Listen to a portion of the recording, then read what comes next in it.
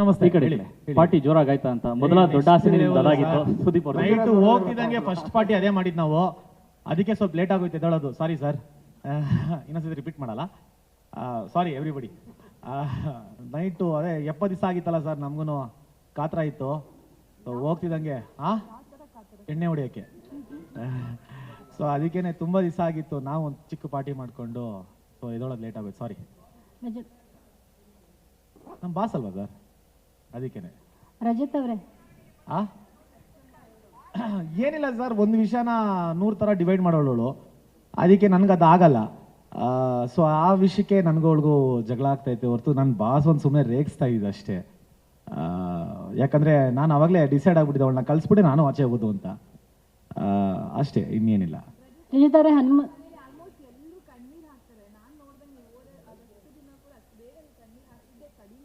ಹೌದು,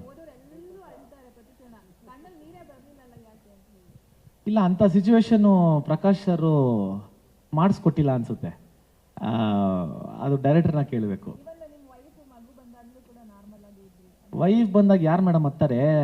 ಅಯ್ಯೋ ಭಗವಂತನೇ, ಬೇಜಾರಾಗಬೇಕು. ಅದು ಗೌತಮಿಯಿಂದ. ಅವಾಗ ಯಾಕಳಣ್ಣ ಕುಗ್ಗಿಲ್ಲ, ಬೇಜಾರಾಗಿದೆ ಅಷ್ಟೇ. ಅಂದ್ರೆ ಊಟದ ವಿಷಯಕ್ಕೆ ಬಂದಾಗ ಈ ತರ ಎಲ್ಲ ಮಾತಾಡ್ತಾರಲ್ಲ ಅನ್ನೋದು ಬೇಜಾರಾಗಿತ್ತು, ಕುಗ್ಗಿಲ್ಲ. ರಜತ್ ಅವರೇ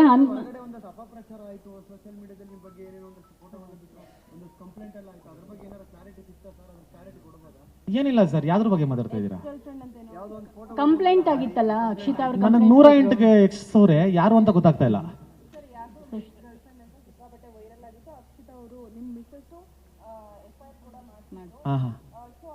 ಮತ್ತೆ FIR ರಿನಿವಲ್ ಸಹ ಆಗಿತ್ತು. ಐ ಥಿಂಕ್ ಜಾನ್ 16th ಅಂತ ಅನ್ಸುತ್ತೆ. ಸೊ ಏನ್ ಹೇಳ್ತೀರಾ ಇದ್ರ ಬಗ್ಗೆ? ಅವ್ರಂತೂ ಕ್ಲಾರಿಫಿಕೇಶನ್ ಕೊಟ್ಟಿಲ್ಲ ನಿಮ್ ಮಿಸ್ಸಸ್. ನೀವು ಬಂದ ಮೇಲೆ ಕ್ಲಾರಿಫಿಕೇಶನ್ ಕೊಡ್ತೀನಿ ಅಂತ ಅಂದ್ರು. ನಾವು ಕೇಳಿದಾಗ ನೀವೇನ್ ಹೇಳ್ತೀರಾ ಸರ್? ನನ್ನ ಎಕ್ಸು, ನನ್ನ ಲೈಫ್, ನನ್ನ ಜೀವನ. ಬಟ್ ಅದು FIR ಆಗಿ ಸಿಕ್ಕಾಪಟ್ಟೆ ವೈರಲ್ ಆಗಿತ್ತು ಸೋಷಿಯಲ್ ಮೀಡಿಯಾಕ್ಕೆ. ಅದಕ್ಕೋಸ್ಕರ ನಿಮ್ಗೆ ಕೇಳ್ತಿದ್ವಿ, ಆಸ್ ಎ ನೀವು ಸೆಲೆಬ್ರಿಟಿ ಅಂತ ಹೇಳಿ. ಆಗ್ಲಿ, ತೊಂದರೆ ಇಲ್ಲ. ನನ್ನ ಪರ್ಸನಲ್ ಲೈಫ್ ಅದು. ನನ್ನ ಎಕ್ಸು, ನನ್ನ ಲೈಫು, ನನ್ನ ಹೆಂಡತಿ, ನಾನು ನೋಡ್ಕೊತೀನಿ. Thank you.